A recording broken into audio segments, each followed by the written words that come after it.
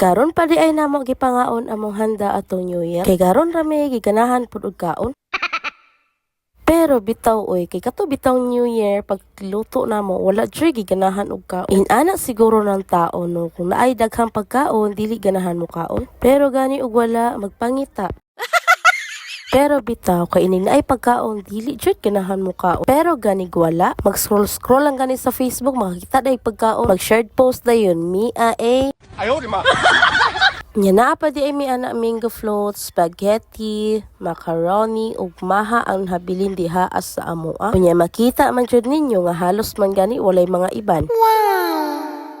Unya karon kay mingaw man kay diri sa amo. Mira man ang nahabilin. Unya nakahunahon ako nga lami man day magsima-sima. Gihaga day nako ang duha ka bata nga mangaon ba sila og mga dessert. Unya kay gusto man pud nila. Gipagawas day nako amo ang mga dessert sa ref. Kay mga daot man pud ni og dili ni pangaunon. Unya wala pud nako diha agi gamo-gamo. Kay para dili madaot og naa pay makuha-kuha sa ref. Kay motukar ni atong cravings sunod adlaw. Naa dayon tay makaon-kaon. Unya diri na lang sa tataman kay mangaon sa mi. Salamat sa pagtanaw. Bye-bye!